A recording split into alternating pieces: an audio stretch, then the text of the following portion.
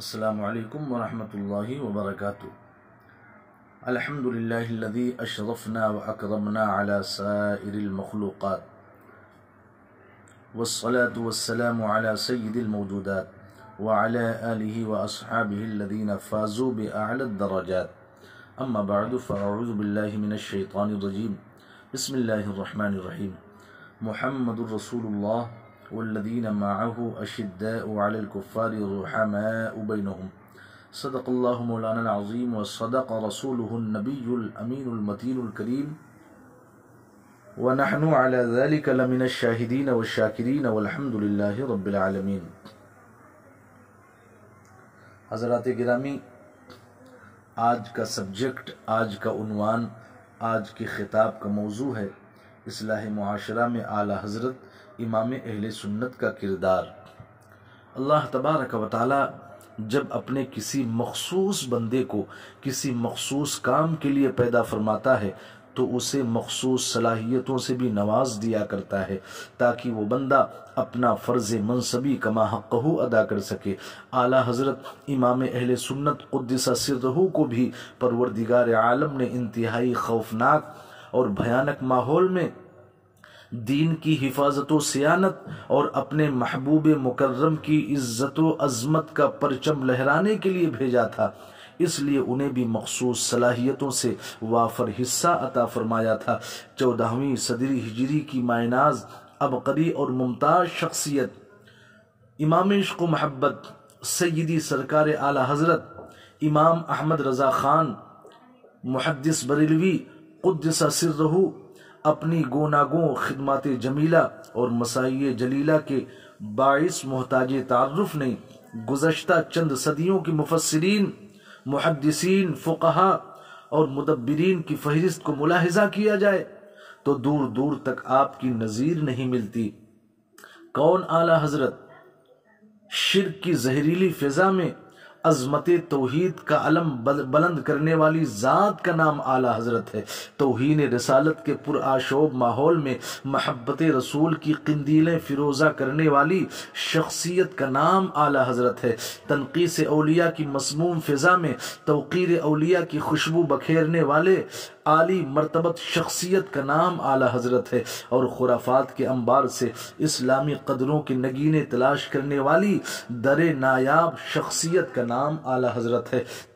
بلا شبہ آپ کی زندگی ملی، سماجی، فکری اور اعتقادی کارگزاریوں کو دیکھ کر اندازہ ہوتا ہے کہ آپ تنے تنہا ایک انجمن کی حیثیت سے قدم قدم پر ہماری رہنمائی کا سامان مہیا کر رہے ہیں۔ علماء اعلام اور دانشوران عظام کے مطابق علامہ جلال الدین سیوطی الشافعی علیہ الرحمۃ والرضوان کے بعد اب تک اتنی کثیر التصانیف شخصیت دنیا میں پیدا نہیں ہوئی ہے۔ روایات کے مطابق آپ 24 گھنٹوں میں 2.5 گھنٹے سے 3 گھنٹے ہی، یعنی 2.5 گھنٹے یا صرف 3 گھنٹے ہی سویا کرتے تھے، اور مسلسل 18 گھنٹے فتاوی اور دیگر موضوعات پر آپ کا قلم سیال جوش مارتے رہتا تھا۔ آپ کی چھوٹی بڑی تمام کتابوں کی تعداد تقریباً 1000 ہے۔ آپ نے اپنی زندگی کا ہر لمحہ اشاعت اسلام اور خدمت دین میں صرف فرما دیا، اور یہ آپ کی بلند پایہ خدمات ہی کا نتیجہ ہے کہ آپ کے وصال کو 1 صدی سے زائد عرصہ گزر جانے کے بعد بھی آپ کے افکار کی خوشبو دن بدن پھیلتی چلی جا رہی ہے۔ آپ کے پاکیزہ خیالات کی کرنوں میں آپ کی پاکیزہ خیالات کی کرنوں سے دلوں کے آفاق روشن و تابندہ ہو رہے ہیں۔ آپ کے علم کی جامعیت، فنی بصیرت اور تفقہ کے نور سے ایک عالم اکتساب فیض کر رہا ہے، اور انشاءاللہ تا ابد کرتا رہے گا۔ امام عشق و محبت سرکار اعلیٰ حضرت نے اپنی بیش قیمتی فتاوی، افکار اور کتابوں سے جہاں پوری امت میں پیدا ہونے والے نت نئے فتنے، فسادات، گمراہیت اور ناموس رسالت پر اٹھنے والے خیالات فاسدہ اور ارادات رذیلہ پر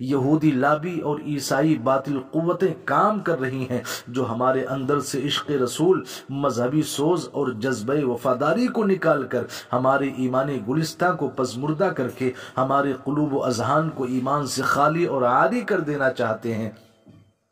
مجدد قوم و ملت، مجدد اعظم امام اہل سنت رحمہ اللہ قوم کی اس غلط روش پر سخت تنبیہ کرتے ہوئے رقم تراز ہیں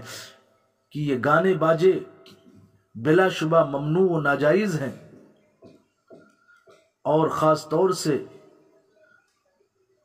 اس مجلس میں، اس محفل میں، اس تقریب میں جہاں ڈھول تاشے گاجے باجے وغیرہ کا عام طور سے رواج ہوتا ہے تو وہاں مختص گالیوں کے گیت بھی گائے جاتے ہیں، مجلس کے حاضرین و حاضرات کو لچھے دار گانے سنائے جاتے ہیں، سمدھیانہ کی عفیف اور پاک دامن عورتوں کو الفاظ زنا سے تعبیر کرنا کرانا، خصوصاً اس بیجا رسم کا مجمع زنان میں ہونا اور اس ناپاک فاحشہ حرکت پر ہنسنا، قہقہے لگانا، یہ وہ شنی گندی مردود رسم ہے جس پر صدہا لعنتیں اللہ کی طرف سے اترتی ہیں۔ اس پر راضی ہونے والے اور اپنے یہاں اس کی اجازت دینے والے، اپنے یہاں اس کا انسداد نہ کرنے والے شخص جو ہے وہ فاسق ہیں، گنہگار ہیں اور مستحق غضب جبار و عذاب نار ہیں۔ آپ مزید لکھتے ہیں امام عشق و محبت کہ جن شادیوں میں یہ حرکتیں ہوں مسلمانوں پر لازم ہے کہ وہ اس میں ہرگز شریک نہ ہوں۔ آتش بازی جو خاص طور پر شادی اور شب برات میں رائج ہے، بے شک خاص طور پر شادی اور شب برات میں یہ جو رائج ہے بے شک یہ حرام اور پورا حرام ہے کہ اس میں تزیہ مال ہے۔ قرآن پاک میں ایسے لوگوں کو شیطان کا بھائی کہا گیا ہے۔ گاؤں دیہاتوں ایک اور بہت بڑی خرابی دن بدن پھیلتی جا رہی ہے کہ جسموں اور درختوں پر کسی پیر بزرگ اور شہیدوں کا رہنا۔ گاؤں دیہاتوں اور بعض شہروں میں آج بھی یہ تو ہم پرستی پائی جا رہی ہے کہ فلاں درخت پر فلاں بابا یا شہید رہتے ہیں۔ لوگ ہر جمعرات کو اس درخت پر حاضری لگاتے ہیں، اگربتی جلاتے ہیں، نیز فاتحہ دلاتے ہیں، اور اس معاملے میں عورتیں زیادہ تر مبتلا ہیں۔ بلا شبہ اولیاء کرام کی شان اور عظمت قرآن پاک سے ثابت ہے، ان کی عظمت مقام پر قرآن پاک شاہد ہے، لیکن اولیاء کرام کے جسموں کے درختوں پر آنے والے اعتقادات باطلہ کا گمان بھی رکھنا نہ صرف اپنے آپ کو گمراہی کے دلدل میں ڈھکیلنے کے مانند ہے بلکہ مذہب اسلام میں افراط و غلو سے کام لے کر جہنم میں جانے کا سامان مہیا کرنا ہوگا۔ معاشرے میں پھیلی اس برائی کے خاتمے کے لیے امام عشق و محبت سرکار اعلی حضرت کا وہ ارشاد مبارک ہماری اور پوری امت کے لیے اصلاح کے لیے کافی ہے۔ آپ لکھتے ہیں کہ یہ سب واہیات، خرافات اور جاہلانہ حماقتیں ہیں، ان کا ازالہ لازم و ضروری ہے۔ حوالہ احکام شریعت اول صفحہ نمبر 46۔ اسی طرح سے ایک اور بدعت بڑی تیزی کے ساتھ پھیلتی جا رہی ہے، عورتوں کا مسجد میں جا کر طاق بھرنا۔ اکثر جگہوں پر شادی وغیرہ کے موقع سے عورتیں مسجد میں جا کر طاق بھرتی ہیں، راستے پر خرافات بکتی ہیں اور غیر اسلامی حرکات کا ارتکاب کرتی ہیں۔ ویسے تو نیاز کے لیے مسجد جانا ضروری نہیں، اگر جانا بھی ہو تو اس میں عورتوں ہی کی کیا تخصیص، لیکن افسوس صد افسوس کہ اس بدعات شنیہ میں بوڑھی، جوان اور کنواری سبھی عورتیں شامل ہو کر گیت وغیرہ گاتی ہوئی جاتی ہیں۔ یہ طریقہ بھی ناجائز و حرام اور منافی اسلام ہے۔ اعلی حضرت امام عشق و محبت لکھتے ہیں کہ یہ سب رسوم جہالت و حماقت اور ممنوعات و بیہودہ ہیں، لہٰذا ان کا ازالہ ضروری ہے، ان سے بچنا لازم و ضروری ہے۔ بے حد اختصار سے کام لیتے ہوئے چند چیزیں سپرد قرطاس کرنے کی سعادت حاصل کی ہے۔ اگر اعلی حضرت امام اہل سنت کے فتاوی اور کتابوں کا مطالعہ کیا جائے تو اصلاح معاشرہ کے حوالے سے بے شمار باتیں پڑھنے کو ملیں گی جس سے اس بات کا بخوبی علم ہوگا کہ اعلیٰ حضرت امام اہل سنت ایک عظیم مفکر و مدبر، قرآن و سنت کے ماہر اور ایک بہت بڑے سائنسداں ہونے کے ساتھ ساتھ ایک عظیم الشان مصلح قوم و ملت بھی ہیں، دور حاضر میں جن کی تعلیمات و تحریر کی روشنی سے جہاں ہم اپنے ایمان و عقیدے کو درست کر سکتے ہیں تو وہیں معاشرے میں پھیلی تمام برائیوں کا انسداد و اختتام بھی کر سکتے ہیں، ان کا خاتمہ بھی کر سکتے ہیں۔ اللہ رب العزت کی بارگاہ میں دعا ہے کہ مولا کریم ہم سب کو امام اہل سنت سرکار اعلیٰ حضرت کے روحانی فیوز و برکات سے مستفیض و مستنیز فرمائے، عوام الناس کو تعلیمات اعلیٰ حضرت کی طرف تیزی سے راغب فرمائے، اور ہمیں مسلک اہل سنت یعنی مسلک اعلیٰ حضرت پر تا ابد قائم و دائم رہنے کی توفیق مرحمت فرمائے۔ آمین آمین یا رب العالمین بجاہ النبی الکریم صلی اللہ علیہ وسلم وما علینا الا البلاغ المبین۔ السلام علیکم ورحمۃ اللہ وبرکاتہ۔